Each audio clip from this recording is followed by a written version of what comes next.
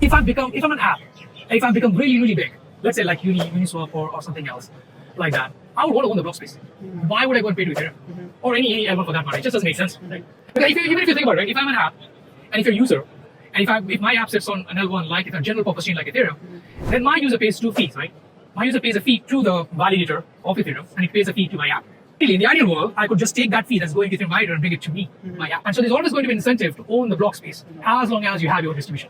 And you have seen that in the past where, when DYDX announced that they're going to do their own thing, it was a signal that, hey, even DeFi app, people for the DeFi apps are something that will never have this own chain because they need composability, they need liquidity and so on. And yet, things like, you could argue that maybe DYDX is a perp deck, so you don't need like composability with Uniswap, but at least it was a signal that DeFi protocols will also have their own chain. And at that time, I remember Hayden was saying, we should never say never. When someone asks, are you going to have your own chain? And I think to paraphrase what he said is basically this, which is like never say never. And that actually happened, right? With the launch of Unichain. With the launch of Unichain. So I think the fact that if you become big enough, you will eventually have your own chain. You would have to have your own chain. The question is like, the only challenge in this roll-up or OP stack and Orbit is like, how many of them will qualify to that stage?